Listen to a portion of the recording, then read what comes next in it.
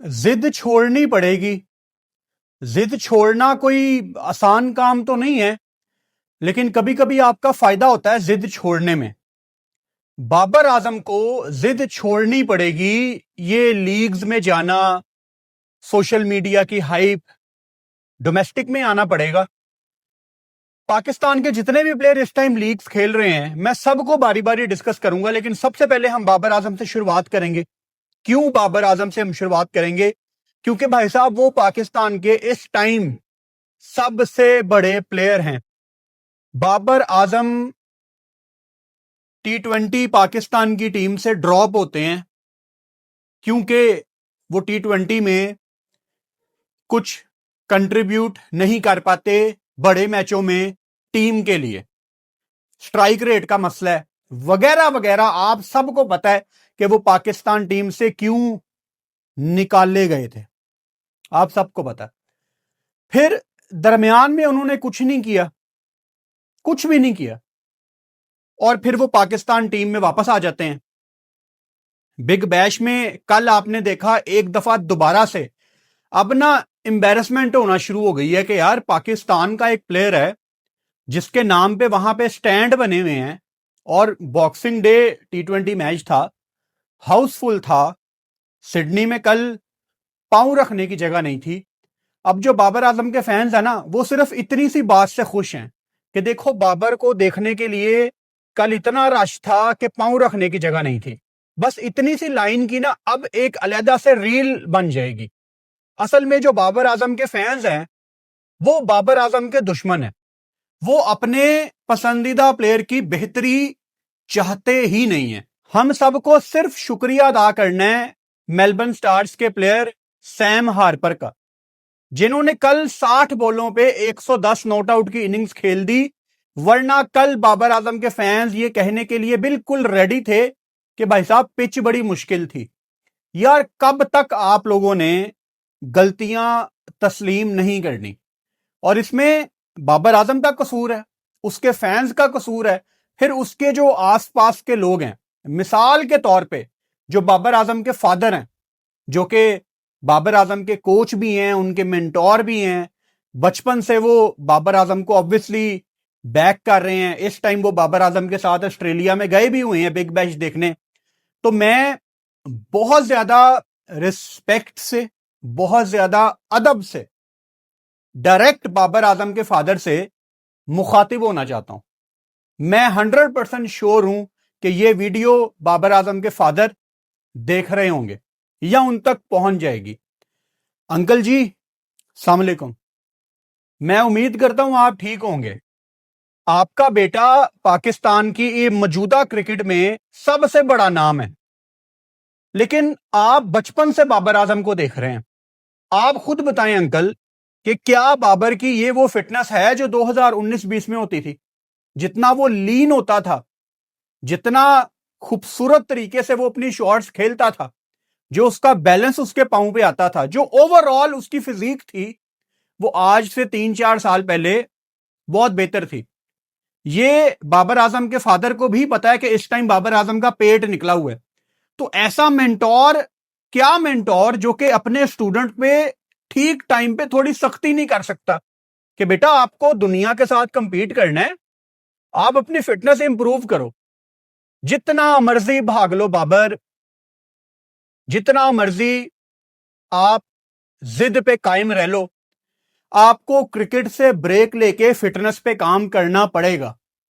आपको डोमेस्टिक में जाना पड़ेगा। लेकिन डोमेस्टिक की क्या औकात है? डोमेस्टिक की तो कोई औकात ही नहीं है। वो सुफियान मुकीम जिसको इन्होंने तैयारी करके टीम से बाहर निकाला है, वो लीडिंग विकेट टेकर है प्रेसिडेंट कप में। 9 मैचों में 20 विकेटें। अब किस मुंह से ये उस्मान तारिक को लेके जाएंगे? फिर कहने वाले कह देंगे भाई साहब उस्मान तारिक की तो हैट्रिक है। तो यार उसको आपने गलत टाइम पे खिलाया है, पहले सुफियान ने खेलना था। वो शदाब को यहां पे डोमेस्टिक में देखने की बजाय उसको बिग बैश खेलने भेज दिया। ना क्रिकेट बोर्ड इनको कंट्रोल करना चाहता है, ना ये कंट्रोल होना चाहते हैं। दुनिया जहां का पैसा है आपके ये बड़े क्रिकेटर्स के पास, लेकिन फिर भी इनको लीग्स खेलनी है। वो मैंने आपको 2-3 दिन पहले एक वीडियो में बताया था ना कि क्रिकेट बोर्ड के एक बंदे ने मुझे कहा क्रिकेट बोर्ड के एक बंदे ने, और किसी की मैं क्या बात करूं कि हमारे डोमेस्टिक का कोई हाल नहीं है, ठीक है शादाब बिग बैश में जा रहा है ना, उसको हम वहीं पे देखेंगे। तो यहां से आप अंदाजा लगाएं डोमेस्टिक कैसे बेहतर होगी कि आपके ये जो बड़े क्रिकेटर्स हैं ये डोमेस्टिक क्रिकेट खेलें। इन्होंने जो सारी दुनिया में जाके तजर्बा हासिल किया है ये जूनियर्स को दें। जब आपके सो कॉल्ड बड़े क्रिकेटर्स पाकिस्तान में मौजूद नहीं होंगे तो डोमेस्टिक क्रिकेट कैसे इंप्रूव होनी है। अब मैं क्यों कह रहा हूं कि बाबर को आप क्रिकेट से ऑफ करवाओ, क्योंकि अगर आपको फिटनेस पे काम करना है वो क्रिकेट खेलते हुए नहीं हो सकता। मतलब जिस तरह की इंप्रूवमेंट बाबर आजम को चाहिए वो क्रिकेट खेलते हुए नहीं हो सकती।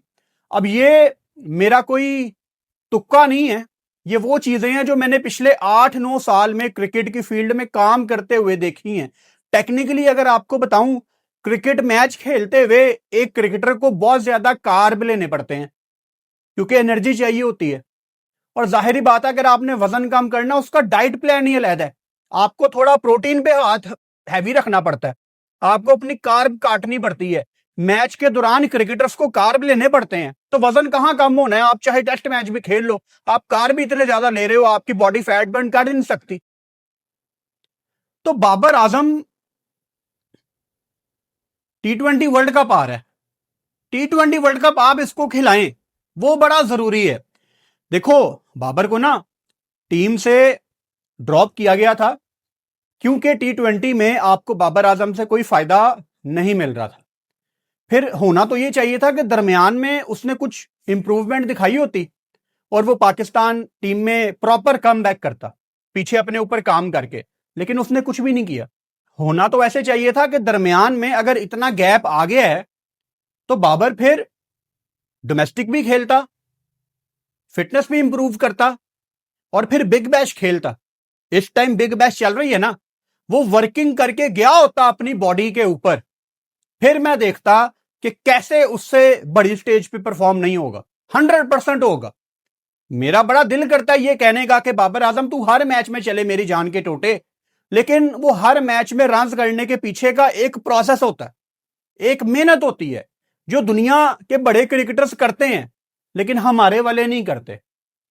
वो मैं हमेशा आपको एग्जांपल देता हूं ना, तो पाकिस्तान सुपर लीग में जितने भी आप हमारे क्रिकेटर्स को देखते हो ये दावतों पे जा रहे हैं, ये मटन कढ़ाई बिरयानी 7 अप पेप्सी सब कुछ चल रहा होता है और इन सब की नॉर्मल लाइफ में भी ये लोग यही सब कुछ खा रहे होते हैं।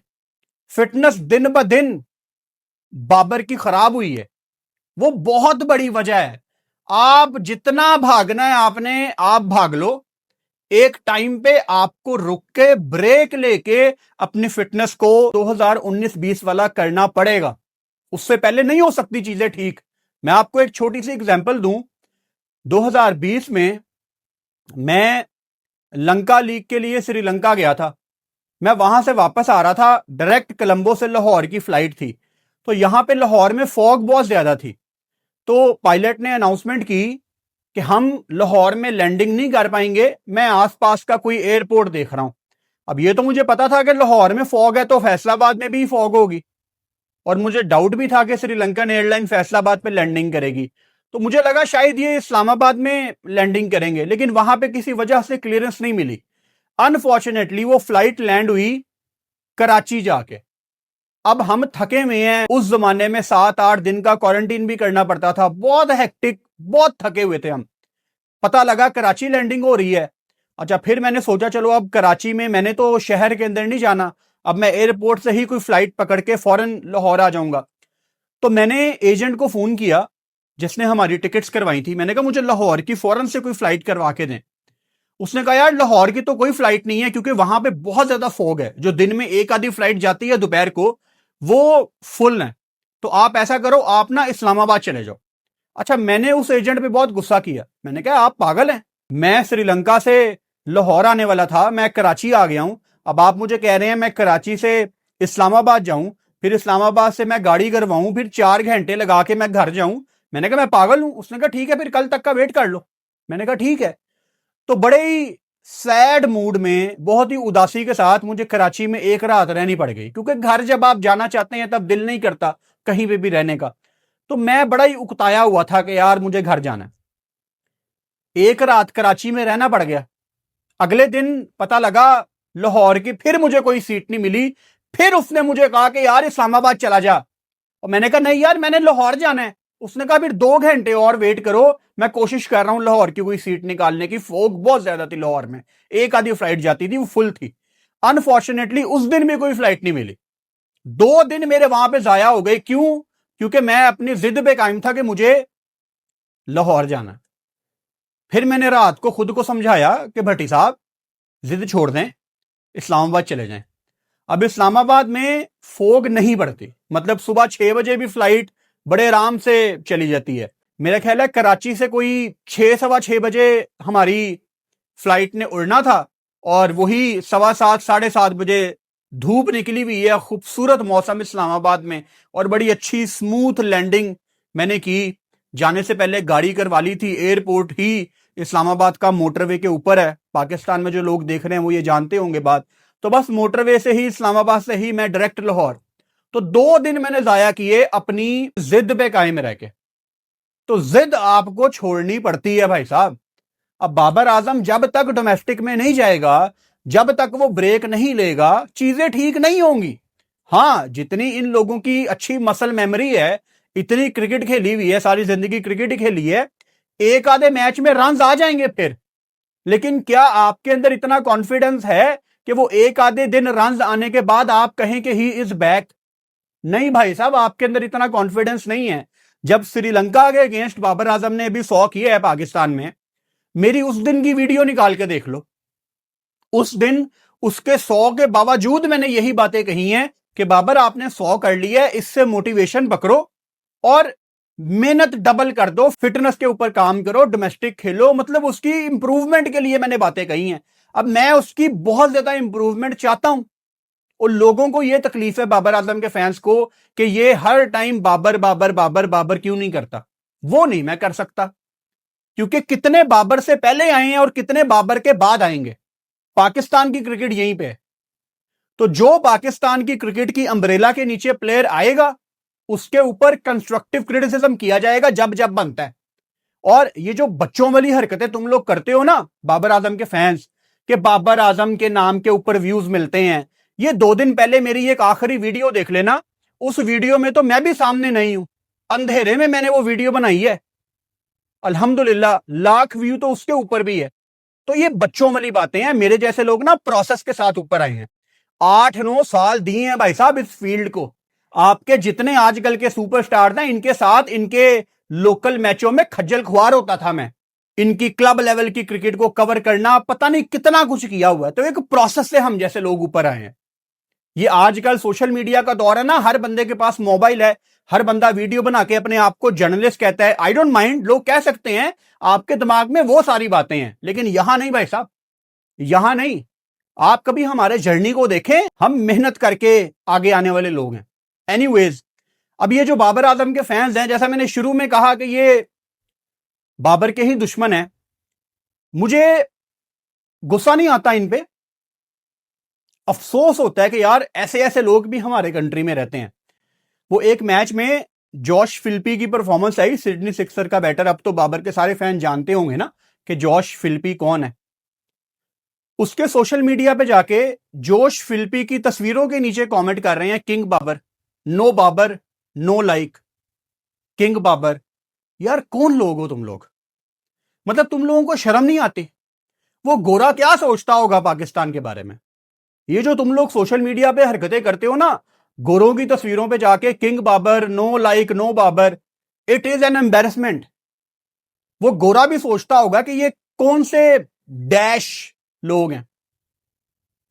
कोई अपनी इज्जत नहीं है डड्डू फैंस, तुम लोगों की अपनी तो कोई इज्जत नहीं है ना। कोई पाकिस्तान की ही इज्जत देख लो यार। क्योंकि तुम लोग जब कमेंट करते हो ना, तो गोरा ये नहीं देखता कि ये बाबर फैन है, गोरा ये देखता है कि ये पाकिस्तानी फैन है। तो पाकिस्तानी हो यार तुम लोग, और कैसी कैसी चीप हरकतें करते हो।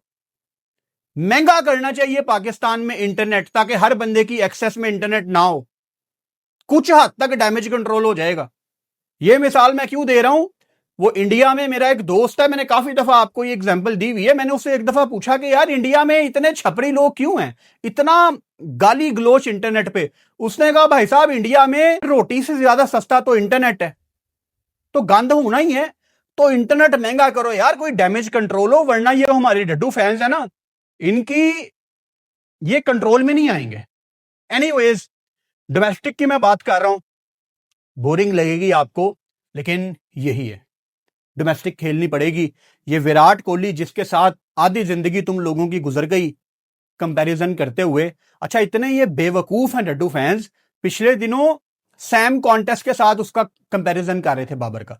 यानी बाबर को डिफेंड करने के लिए किसी गली मोहल्ले के बच्चे को भी कंपैरिजन में लाना पड़े ना, अपना पॉइंट ठीक साबित करने के लिए, ये हर हद तक चले जाते हैं।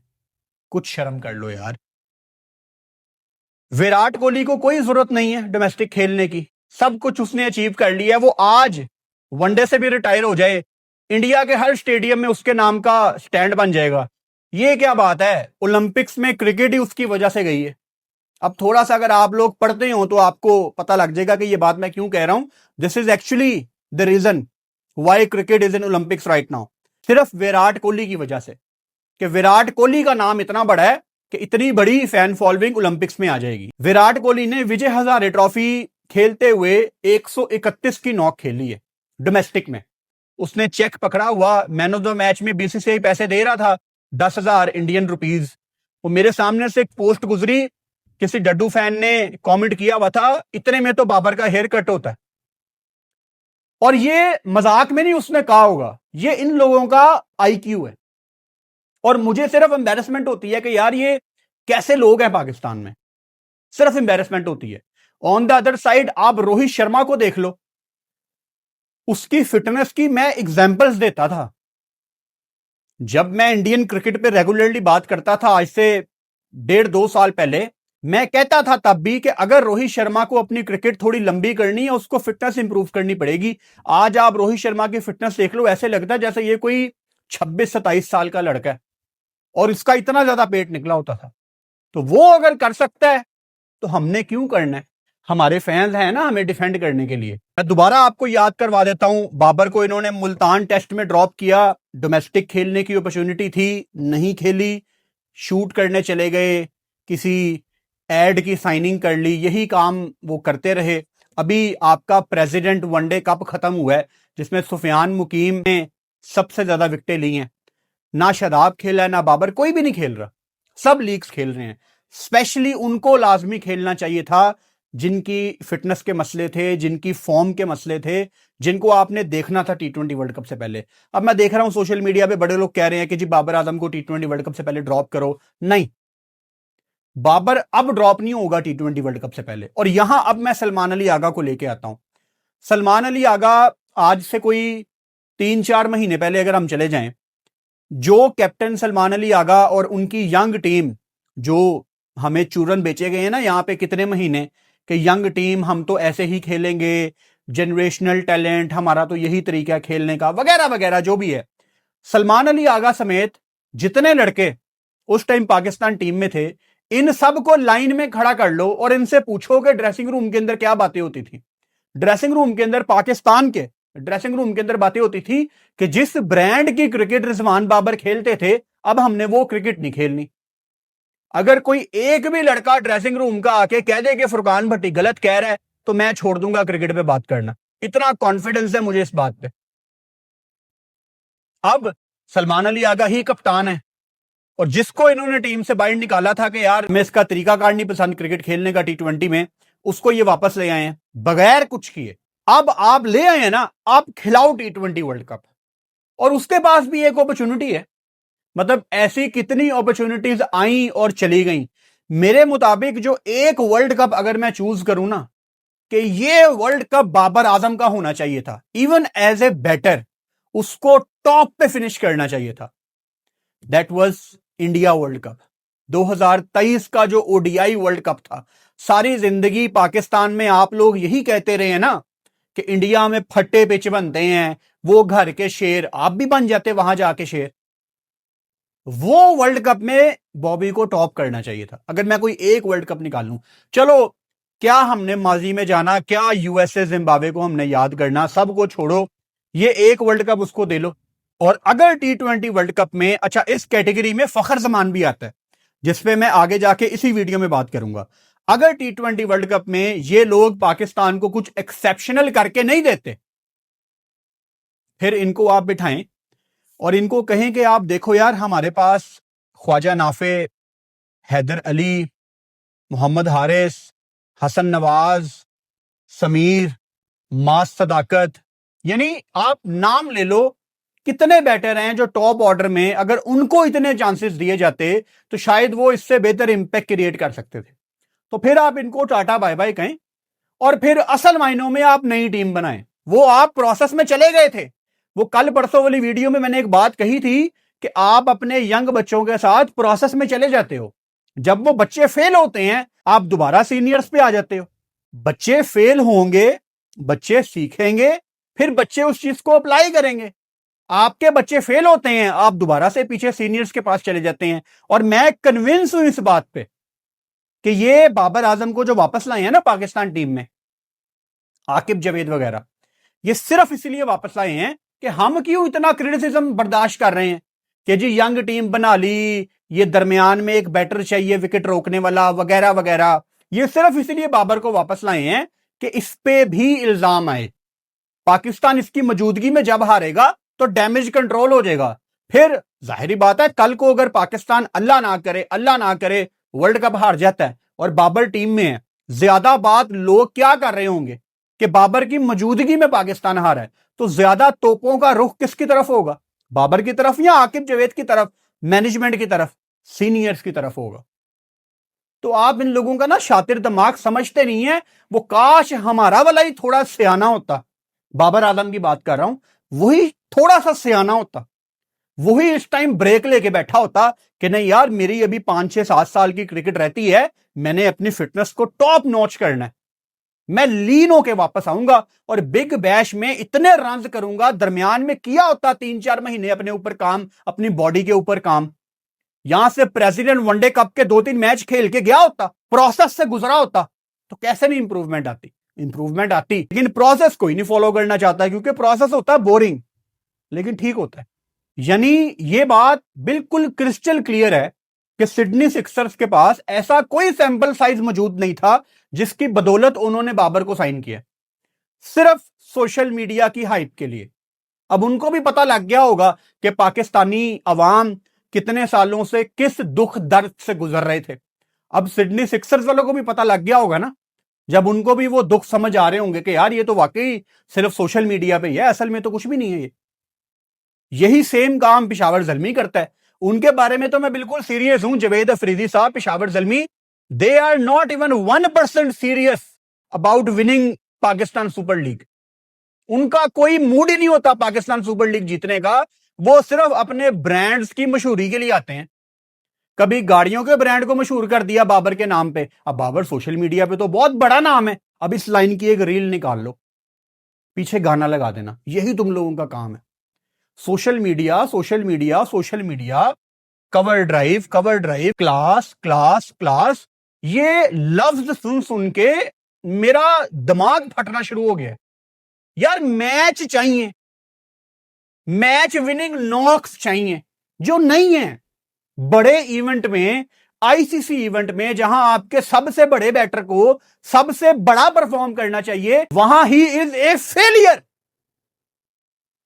फ्लॉप शो होता है बाबर आजम का उस स्टेज पे। लेकिन यहां पे उसकी गलतियों पे बात करने की बजाय किसी दूसरे को कंपैरिजन में ला के खड़ा कर देंगे। अच्छा फिर आगा जी का तो बताओ, पिछली सारी वीडियोस निकाल के देख लो, जितना रगड़ा मैंने सलमान अली आगा को लगाया है उतना मेरा नहीं ख्याल किसी ने लगाया होगा। तो टिकटॉक पे वीडियो देखने की बजाय जिस दिन तहम्मुल मिजाजी के साथ पूरी वीडियो देखोगे ना, उस दिन समझ आएगी कि फुरकान भट्टी ने कभी किसी को नहीं बख्शा। अगर मुझे किसी बैटर से या किसी बॉलर से थोड़ी सी तवक्को होती है तो मैं 2-3 मैच देख लेता हूं उसको, उसके बाद वो भी कंस्ट्रक्टिव क्रिटिसिज्म के अंडर ही आता है। तो सोशल मीडिया पे हाइप के लिए अगर आपने खिलाना है बाबर को तो ठीक है, आपको वो फैंस भी मिल जाएंगे जो हर मैच में कहेंगे कि देखना आज देखना आज देखना। ओए आज क्या, किसी दिन हो जाएगा, लेकिन उसके बाद क्या? प्रोसेस में नहीं जाएगा वो। और यहां मैं दोबारा लाता हूं बाबर आजम के मेंटोर, उनके फादर, बड़ी रिस्पेक्ट के साथ दोबारा, कि आप समझाएं अपने बच्चे को, ये कोई बहादुरी नहीं है अंकल जी, ये कोई मेंटोरशिप नहीं है जहां पे आपको नजर आ रहा है कि आपका स्टूडेंट ट्रैक से हटा हुआ है। कान से पकड़ें उसको, वैसे जैसे आप ये 6 साल का था तब पकड़ते थे उसको राह रास्त पे लाने के लिए, कि बेटा अपनी फिटनेस ठीक कर, तेरा मुकाबला दुनिया के टॉप के प्लेयर्स के साथ पाकिस्तान में करते थे हम भी, मैं भी करता रहा हूं।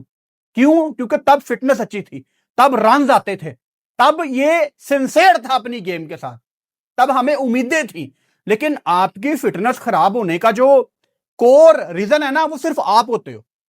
वो हमारे एक दोस्त हैं शाहिद रसूल साहब, वो बड़ी ये खूबसूरत बात करते हैं कि इस दुनिया में सबसे आसान काम है बेचारा बन जाना, कि यार मेरे पे तो बड़ा जुल्म है और मेरे पे तो बहुत ज्यादा जुल्म होता है, मेरी बैड लक, मेरा ये मेरा वो। सबसे आसान काम इस दुनिया में बेचारा बनना है। खड़े होके दुनिया की आंखों में आंखें डाल के डबल ट्रिपल मेहनत करके प्रोसेस से गुजर के कम बैक करना एक इंसान का करैक्टर बताता है। वो कुछ अजीब से यूट्यूबर जो क्रिकेट पे बात करते हैं, अजीब अजीब किस्म की बोंगियां मारते हैं। एक यूट्यूबर जिनकी स्पेसिफिकली अभी मैं बात कर रहा हूं, वो एक वीडियो में एक दफा उन्होंने कहा कि बाबर पे काला जादू हुआ हुआ है। बच्चों वाली बातें हैं। आप टेक्निकली बात करो यार अगर कर सकते हो, वरना लोगों को गुमराह ना करो। फिटनेस खराब है उसकी, उसकी प्रायोरिटी नहीं है डोमेस्टिक खेलना। कोहली ते नहीं होता काला जादू, तुहाडे ते ही होना है काला जादू। हर बंदे के डाउनफॉल के पीछे एक टेक्निकल रीजन होती है, वो रीजन आपको तलाश करनी होती है। और हम कितने सालों से आपको वो रीजन बता भी रहे हैं, लेकिन हमारी माननी नहीं है। मानोगे लेकिन तब बहुत देर हो चुकी होगी, तब ये वाला T20 वर्ल्ड कप 2026 वाला गुजर चुका होगा।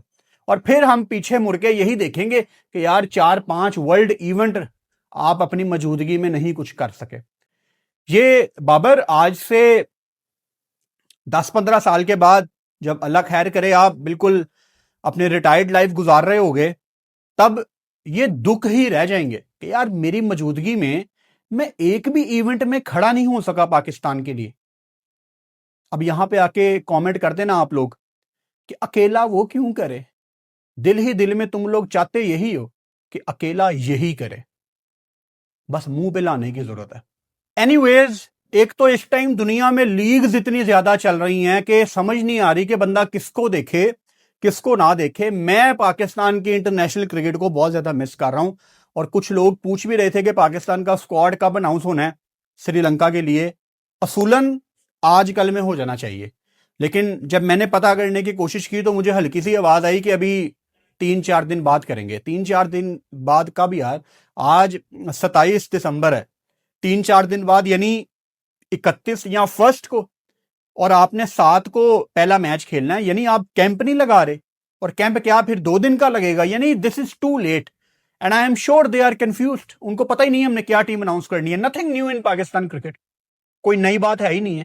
आपको T20 वर्ल्ड कप में देखना शायद हो सकता है सब कुछ नया नजर आ रहा हो, हम यहां क्या कर लेंगे। अच्छा, हसन नवाज ने कल मैच फिनिश किया। जब वो सामने आया सिंगल के बाद 5 बॉलों पे 9 चाहिए था, बच्चे ने 2 बॉलों पे 2 छक्के लगा दिए। ये वो पहली परफॉर्मेंस है IL T20 में हसन नवाज की जिसको हाईलाइट किया जा सकता है, और उसके अंदर वो कॉन्फिडेंस आया होगा। हसन नवाज जब पाकिस्तान की टीम में आया, हम सब श्योर नहीं थे न्यूजीलैंड में उसको देख के कि ये किस तरह का प्लेयर है। एक 100 आता है, और मैं यहीं पे बैठा हुआ था, हमने यहीं पे बात की थी अर्ली मॉर्निंग, सुबह सुबह मैच खत्म होते थे वो, कि एक 100 के बाद अब आप किस मुंह से उसको ड्रॉप करेंगे। उसके बाद उसने पाकिस्तान सुपर लीग में आपको करके दिखाया, फिर पाकिस्तान की तरफ से आपको बताया गया कि ये एक जनरेशनल टैलेंट है, और फिर उसके बाद उसने आपको वाकई ही करके दिखाना शुरू किया। फिर आपने उसको वनडे में भी डेब्यू करा दिया। मैं उसके वनडे के डेब्यू के हक में नहीं था, क्योंकि मैं उसको सिर्फ T20 के जोन में ही देखना चाहता था कि ये भी यहीं पे फोकस करे, क्योंकि आगे वर्ल्ड कप है। उसने वहां पे भी वेस्ट इंडीज के खिलाफ आपको मैच जितवा दिया। फिर उसके ऊपर एक पैच आता है, वो जिम्बाब्वे के अगेंस्ट नहीं खेला, लेकिन बाबर वगैरह खेल गए। ये समराइज करता है आपका सब कुछ कि एक बच्चा नहीं खेला, आपके सीनियर खेल गए, सीनियर खेलते रहे। जिम्बाब्वे श्रीलंका की जो ट्राई नेशन सीरीज हुई है, उसका क्या स्टैंडर्ड था यहां पे? ना कोई बंदा देखने आता था, हम जैसे लोग ही थोड़ी बहुत हाइप बना रहे थे उसकी, वरना देखते हुए भी अजीब ही लग रहा था यार, ये किस लेवल की क्रिकेट हो रही है। घटिया पिचेस, इतनी ठंड, कुछ भी समझ नहीं आ रही थी कि ये क्यों हो रही है ये सीरीज। बस पाकिस्तान का मैच था, यही वजह थी कि हम देखते थे, अदरवाइज हमने नहीं देखना था। तो हसन नवाज ने कल जो मैच खत्म किया है उसका कॉन्फिडेंस डेफिनेटली वापस आया होगा, लेकिन क्या वो पाकिस्तान टीम में जगह बना पाएगा, या हसन नवाज का पत्ता काट के शादाब खान को एडजस्ट किया जाएगा? शादाब खान का पाकिस्तान टीम में आना आपकी टीम का बैलेंस किस तरह खराब करेगा, यह आपको मैं T20 वर्ल्ड कप के दौरान साबित करके दिखाऊंगा। अभी आपको लगेगा यार नहीं, शादाब के आने के बाद तो आपकी टीम बैलेंस होगी, नहीं, आपकी टीम का बैलेंस आउट होगा शादाब खान के आने के बाद, क्योंकि शादाब आएगा, फहीम पे कॉम्प्रोमाइज होना शुरू होगा। हमें अभी नहीं पता होता कि किस मैच में फहीम ने बॉलिंग करनी है, किस मैच में उसने बैटिंग करनी है, तब आपको समझ नहीं आएगी कि फहीम का रोल क्या है, क्योंकि तब आप ज्यादा प्रेफर कर रहे होंगे शादाब से परफॉर्मेंस निकलवाना, और एक बंदा फहीम टीम में होगा जो कभी ना बॉलिंग करेगा ना बैटिंग करेगा, और आपका एक रिसोर्स जाया हो रहा होगा। मैं हमेशा कहता हूं, ये ना देखा करो कि किसको टीम में लाना है, ये देखा करो कि जिसको आप टीम में लाना चाह रहे हो उसके बाद बाकी टीम का बैलेंस कितना आउट होगा। यही रूल मैं फखर की दफा भी अप्लाई करता होता हूं कि अगर आपने किसी ऐसे बंदे को मिडिल ऑर्डर या लोअर ऑर्डर में खिलाना है, आप उसको एडजस्ट करने के चक्कर में खिला रहे हो, लेकिन उसकी जगह जिसको आप बाहर निकाल रहे हो उसकी वजह से टीम को कितना नुकसान हो रहा है। Cricket is a team game, ये टेनिस नहीं है, ये स्क्वॉश नहीं है, ये स्नूकर नहीं है, ये टीम गेम है। तो हसन नवाज की फिनिश करने की एबिलिटी पे मुझे डाउट नहीं था, जितना उन्होंने हमें सैंपल साइज प्रोवाइड कर दिया था, बस आपने बैक करना था। उसने कल मैच खत्म किया है, तो अल्लाह करे, मैं तो चाहता हूं कि वो पाकिस्तान की टीम में हो, और उसके अंदर डेफिनेटली इतना पोटेंशियल मौजूद है कि वो पाकिस्तान से भी मैच फिनिश कर सकता है, और उसने किए भी हैं। इसके अलावा कल साहिबजादा फरहान भी दोबारा से फंसे हुए थे। पहला मैच था उनका, बांग्लादेश लीग में खेल रहे हैं, बांग्लादेश प्रीमियर लीग में। बांग्लादेश प्रीमियर लीग की भी अजीब ही कहानी है यार, कभी सेटल हो ही नहीं पाई। आज ही बल्कि मैं अनफॉर्चुनेटली एक न्यूज पढ़ रहा था कि ढाका के प्रोबेबली असिस्टेंट कोच थे, वो मैच डे पे उनको हार्ट अटैक आ गया, उनकी डेथ हो गई। अल्लाह ताला उनको जन्नत नसीब करे। काफी सैड न्यूज थी। इससे पहले कल खबर आई थी टीम के कोच वो रिक्शे में बैठ के चले गए कि बॉलें नहीं है। तो बांग्लादेश की लीग में पिछले साल भी बड़े इश्यूज आए थे।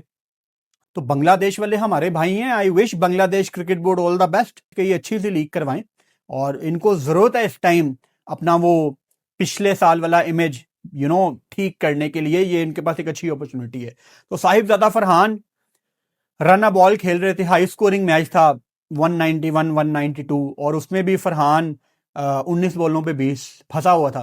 तो फरहान का वो जो मसला है स्ट्राइक रोटेट करने वाला, वो आपको पहले मैच में दिखा है, बट चलो मैं मार्जिन दे देता हूं कि पहला मैच है, लेकिन इसको जितने मैच आपको ये बांग्लादेश लीग के मिलने हैं, इसको आप फरहान बस प्रैक्टिस लेके चलो कि मैंने एक ही कमी है फरहान में कि वो स्ट्राइक रोटेट नहीं कर पाता। तो फोकस उसी चीज पे करे कि मैंने ये चीज अपनी इंप्रूव करनी है। और ये जो लीग्स होती हैं ये तकरीबन आपको इंटरनेशनल वाला माहौल ही प्रोवाइड करती हैं, तो इससे बेहतरीन प्रैक्टिस आपको नहीं मिलने। एहसान उल्लाह, जिनकी तरह तरह की क्लिप्स अक्सर सामने आती हैं, एहसान उल्लाह को बहुत ज्यादा जरूरत है किसी मेंटोर की, कोई उनको समझाए कि सोशल मीडिया पे क्या लिखना है, क्या बोलना है, क्या नहीं। ऐसी ऐसी एप्स वो यूज करते हैं, ये जो आजकल लाइव आने की एप्स हैं, जो मेरा नहीं ख्याल कि किसी एक्टिव क्रिकेटर को करनी चाहिए, उनको वो सूट नहीं करती। तो एहसान उल्लाह का कल मतलब पता नहीं है मुझे क्या कहना चाहिए, अच्छा दिन था कि बुरा दिन था। अच्छा दिन इसलिए कि बड़ी स्टेज पे उसको क्रिकेट खेलने का मौका मिला, और फिगर्स को इतने ज्यादा उसके इंप्रेसिव नहीं थे। 3 ओवर में 40 रन उसको पड़े, कोई विकेट नहीं ली। एक पॉजिटिव चीज, he was bowling 142 143 144 kilometre per hour. वो शहीन सोच रहा होगा इतनी भी बॉल हो जाती है, इतना भी पेस जनरेट हो जाता है। हाँ जी शहीन साहब, हो जाएगा।